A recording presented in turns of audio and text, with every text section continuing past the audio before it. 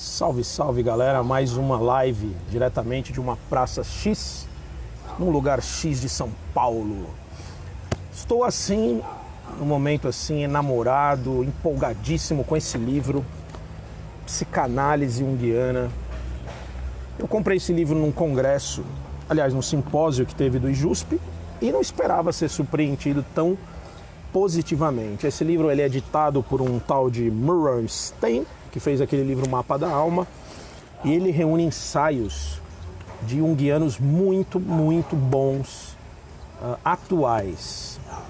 Em linhas gerais, os junguianos tendem a repetir os escritos e o pensamento do Jung e pouco problematizam a atualidade e também pouco levantam de questões problemáticas no pensamento do Jung. Então, essa é uma live mais curtinha e eu quero trazer para vocês alguns conceitos chaves. Muito bem-vindo quem está chegando. E o capítulo que eu vou aqui começar é o Encarando a Sombra, de um camarada chamado Stanton Marlan, da PQP da Transilvânia. Tá? Um analista muito bom dessas bandas. Bom, o conceito de sombra, a ideia de sombra no campo junguiano, ela é pensada de forma diferente por 3 tipos de escolas, tá? Então, dentro do campo junguiano, a gente tem a escola clássica, são os autores que mais se aproximam do Jung, a desenvolvimentista, que são os autores que vão pensar o desenvolvimento do self, por exemplo, vão trabalhar com a perspectiva da infância. O carinha top aí dessa história é o Neumann, e você tem a escola arquetípica mais aproximada com James Hillman, tá? Cada escola dessa vai pensar a sombra por uma perspectiva, e isso é importante, né? Então, vamos pegar uma definição aqui que o autor traz, de um outro autor chamado Stein, que ele coloca assim, né? Enfim, dentro da prática psicanalítica junguiana, o foco principal terapêutico é o trabalho com a sombra, é o encontro com a sombra, é o contato com a sombra, tá certo? Então, é um conceito-chave.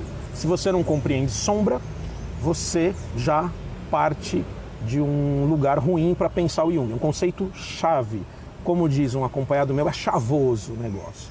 Bom, e aí?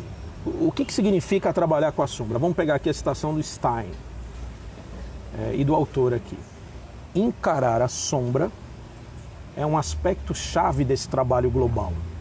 Stein nota que dar conta da sombra significa colocar em questão as autoilusões mais caras a que a pessoa se agarra e que têm sido usadas para sustentar a autoestima e manter um senso de identidade pessoal. Encarar a sombra e confrontar nossas ilusões são momentos compreensivelmente dolorosos na análise, tá? Então pega essa visão.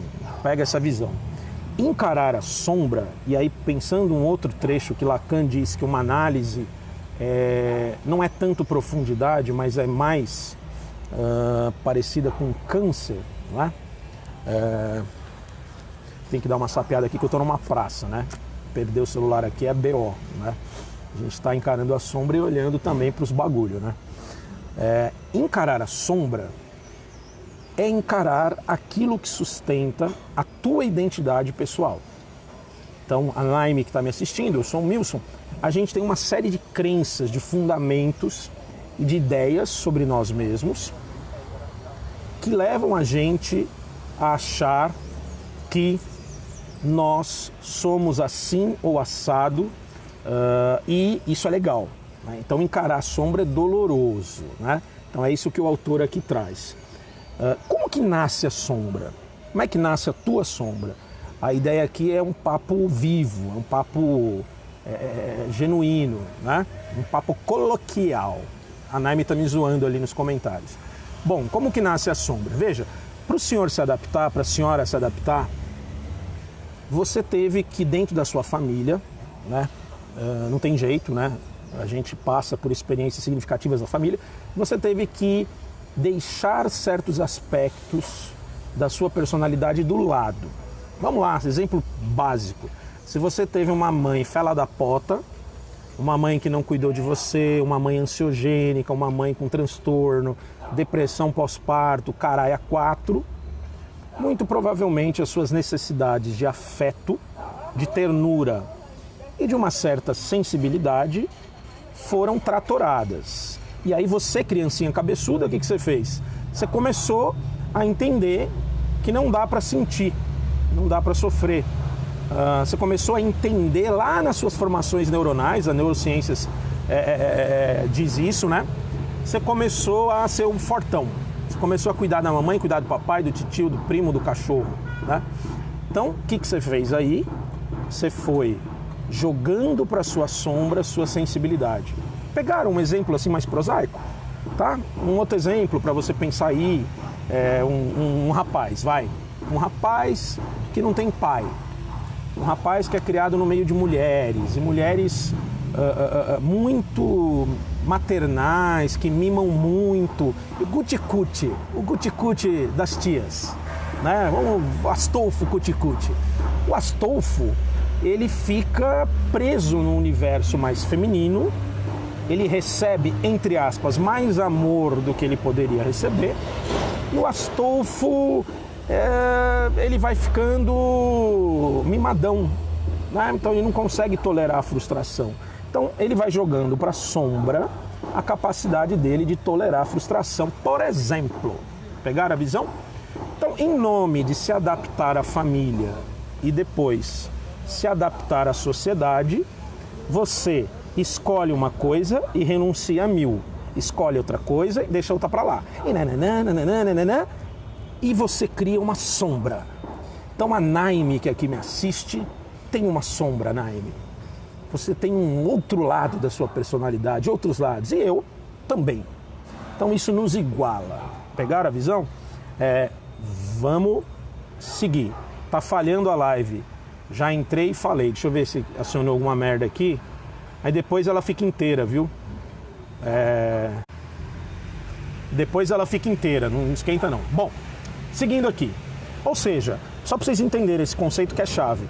Se você escolhe um lado, rejeita outro, escolhe outro lado, rejeita outro, escolhe outro, rejeita outro, escolhe outro, rejeita outro, a formação da sua identidade é dissociada. Peguem esse conceito, que é a mesma coisa que acontece com o psicótico, o que acontece com você, comigo. A gente é mais parecido com as psicoses do que pensamos. Então você vai se cindindo, você vai se fragmentando, não dá para ser tudo na vida, né? Então, seguindo aqui. Muito bem. Ou seja, só um adendo. O autor aqui traz isso. A sombra, ela também possui qualidades positivas que não puderam ser encarnadas na personalidade, tá? A sombra, ela tem um monte de coisa legal, que geralmente aí no povão, no pensamento coloquial, parece ser uma coisa ruim, né? Temos que fugir da sombra. Não, ela é legal, ela é gostosa, ela tem energia, tá? E aqui, olha só que coisa legal que esse cara traz. Então, só para vocês pegarem aqui o pensamento do autor. O Jung explorou o modo pelo qual a sombra vem à tona. Como é que a sombra aparece? Frequentemente através de erupções irracionais que obstruem a consciência. Todo momento que você é tomado por uma força afetiva, que você tem atitudes impulsivas, que você fica surpreendido com alguma coisa em você, a sombra deu suas carinhas, tá? O comportamento a la trickster, ou seja, trapaceiro, Zé Pilintrístico da sombra, atua como se ela tivesse uma mente própria, tá?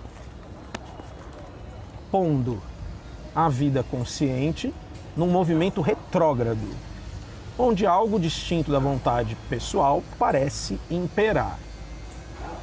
A sombra também aparece em sonhos, projeções, transferências e contratransferências, e se por um lado resiste à consciência, por outro parece persegui-la ao buscar o confronto, o desafio, a ameaça, frequentemente aterrorizando a pessoa e a isolando, amedrontada e retraída aos contatos. não é de se surpreender a ansiedade acerca da sombra. Pegaram a ideia? A sombra, ela aparece no nosso ego, na nossa consciência, dando olé. Ela é difícil de captar, ela gera medo. Essas ansiedades e angústias estranhas. Você acorda às vezes com um bagulho ruim, tá ligado? Algumas pessoas mais religiosas vão falar assim, nossa, tem um encosto, tem algo como parecido com um encosto, um espírito inferior, nossa, que energia ruim. Isso é uma forma de perceber que algo ronda o ego. Mas, diferentemente de uma visão espiritual, religiosa, a gente entende que isso é um conteúdo sombrio, é da própria psique, né? Então,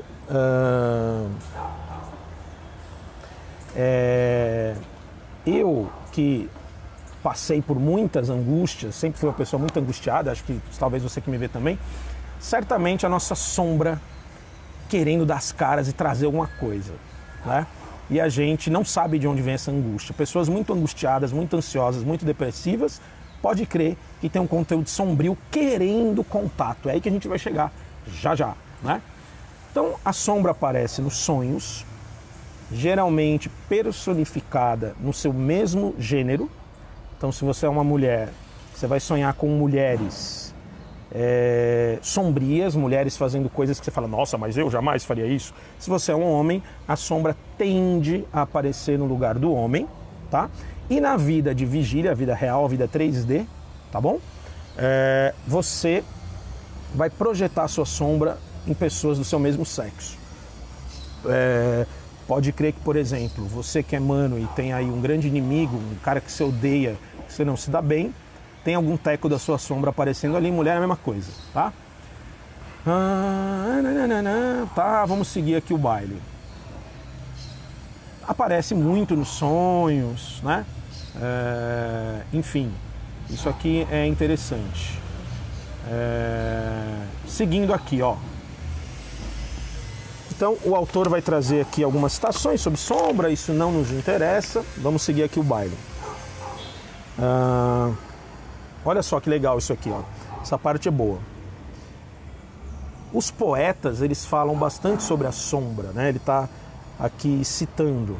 Olha só, é difícil traduzir isso em princípios analíticos, mas claramente o duro trabalho de encarar a sombra e de uma análise é, em parte, aprender a voltar-se para as figuras dolorosas, desagradáveis e por vezes apavorantes da psique e, portanto, para os aspectos inaceitáveis do si mesmo. O si mesmo é um conceito muito amplo, tá? Mas vamos pensar na ideia um pouco de self. Você precisa pegar uma outra chave junguiana. Na nossa psique existe um centro organizador, existe uma força organizadora, um fulcro, tá certo? Que vai nos mandando mensagens. Imaginem que você tem dentro de você, tá certo? Uma espécie de força divina, né? Uma espécie de anjo guardião. Peguem como imagem, pelo amor de Deus, isso é só um exemplo. Então, o tempo inteiro, esse si mesmo, esse self, ele manda mensagens para o seu ego. É um elemento de auxílio para a tua vida. Só que esse ajuda, esse auxílio, vem na forma de hieroglifos.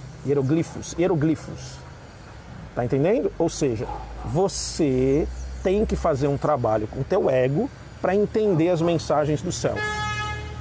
Pegaram essa visão, que ela é chave da parada, e aí eu te pergunto, quem faz os teus sonhos? Quem envia os teus sonhos? O self, o si mesmo, entende? Então, aprender a escutar e a olhar os sonhos é entrar em contato com a sombra, que por sua vez é entrar em contato com o self, tá?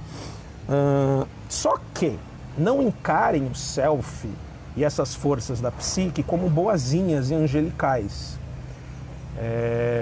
As sombras constituem-se de coisas que nos apavoram, de monstros, de coisas assustadoras, né?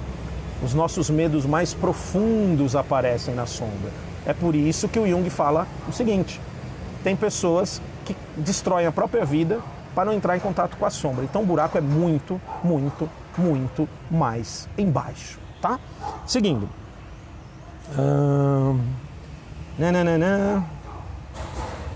Tá. Tá.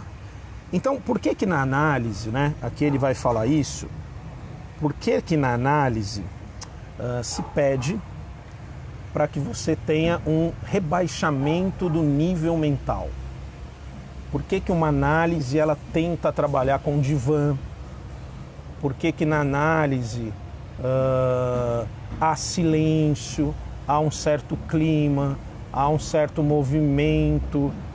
Por que que na análise tem um quê de mistério?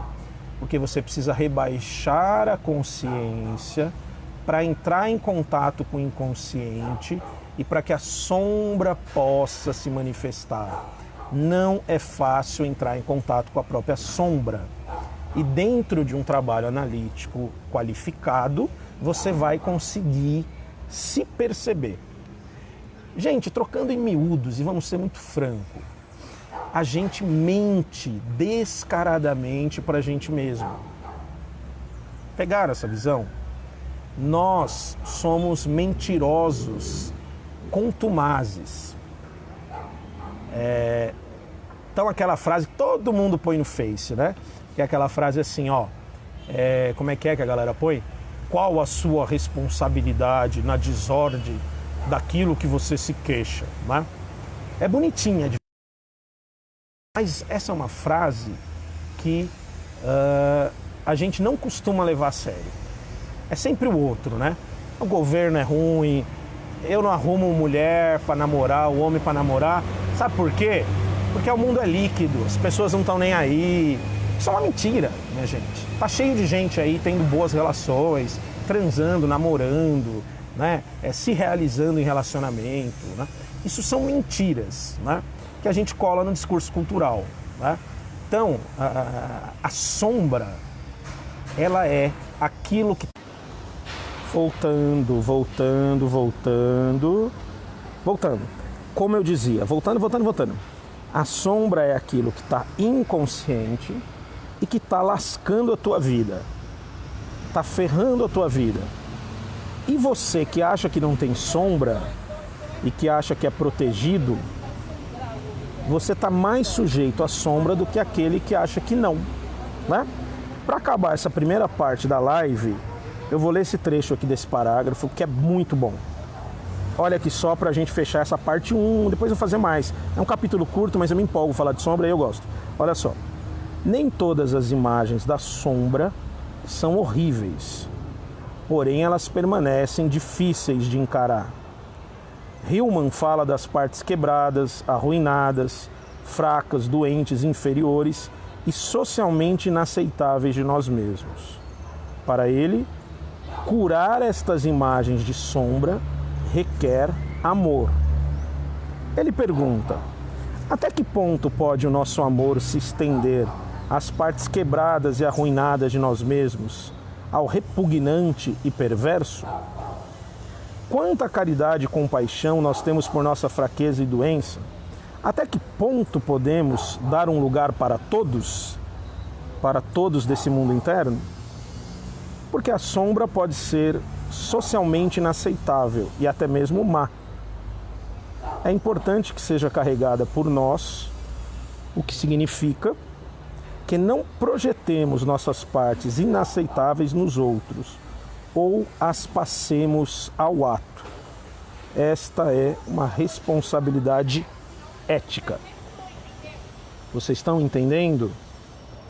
O que a gente mais faz com a sombra é projetar nos outros, é projetar para fora e não integrar em nós mesmos. Então esse é o grande desafio da sombra, é o desafio de reconhecer as partes podres que temos e mesmo assim amá-las. Tá bom, minha gente? Abraço, até o próximo.